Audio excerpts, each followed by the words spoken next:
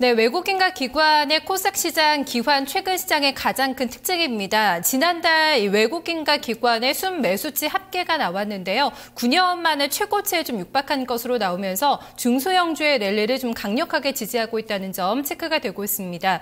특히 오늘 장에서는 외국인들의 매수가 상당히 좀 금액이 강하게 들어왔다는 점이 눈에 띄고 있고요. 코스피 시장에서는 외국인과 기관의 매매 공방이 펼쳐졌지만 금액 자체가 그렇게 크지는 않았습니다. 다만 이제 여기서 어제보다는 기관의 매도세가 많이 줄어들었다는 점은 긍정적으로 확인이 되고 있는데요. 오늘 장의 수급을 김대복 전문가와 자세하게 들여다보도록 하겠습니다. 전문가님 안녕하세요. 네, 안녕하세요. 김대복입니다. 반갑습니다. 네, 반갑습니다. 외국인들 매수 오늘도 잡혔습니다. 어떤 종목들 좀 트레이딩했는지 확인해 볼까요? 네, 외국인은 오늘 거래소 시장에서 삼성전자, SK하이닉스, 현대차, NHN, 한국전력 등의 수출 관련주 중심으로 매수세를 강화하는 어떤 시장 흐름을 보였고, LG화학, 효성, 이마트, KTNG, 삼성화재 등 주로 소재 섹터나 화학 소재 섹터라고 할 수 있는 화학주 중심으로 매도세를 확장하는 이런 흐름을 보였습니다.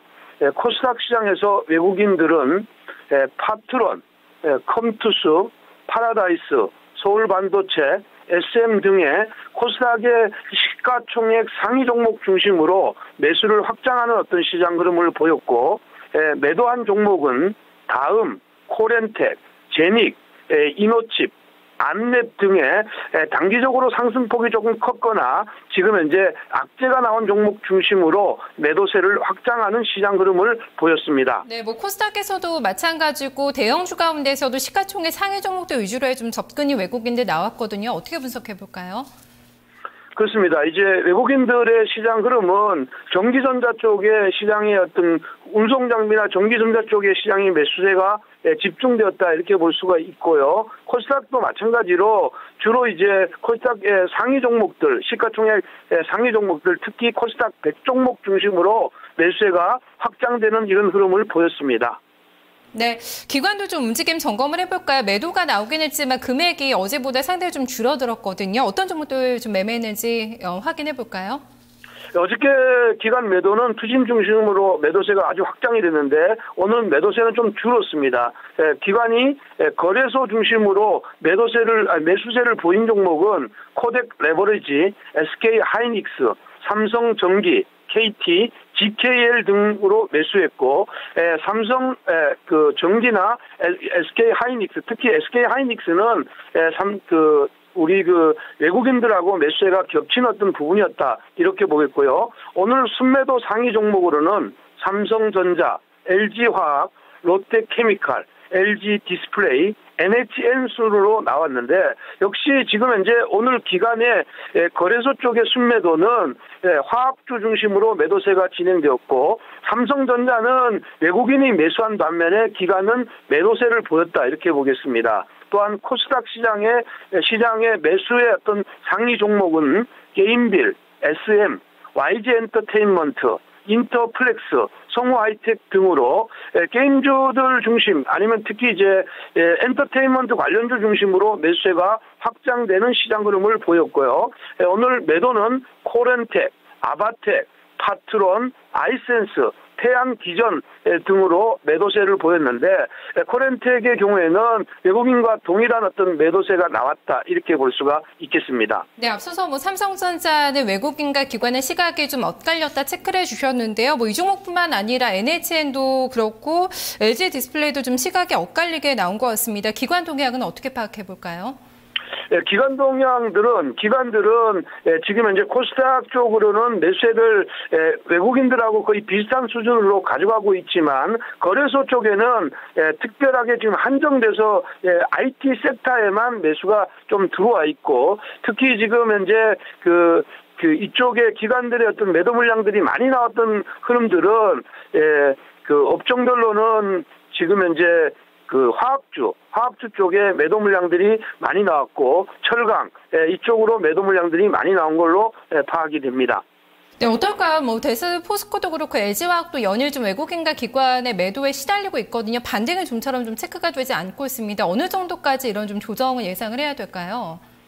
매도의 규모는 전일보다 많이 줄어들었던 점을 감안한다면 현재 시장 흐름에서 단기적인 어떤 바닥권을 이쪽에 그 소재 섹터들이 만들어갈 개연성이 높은데, 소재 섹터는 무엇보다도 기관이나 외국인들이 매도 규모를 줄이거나 아니면 순매수로 전환하는 어떤 시그널이 나올 때 시장 흐름이 돌아설 수가 있고, 시장이 이렇게 한쪽은 올리고 한쪽은 내리는 어떤 차별화 장세가 당분간은 좀 진행될 가능성이 있다, 이렇게 보겠습니다.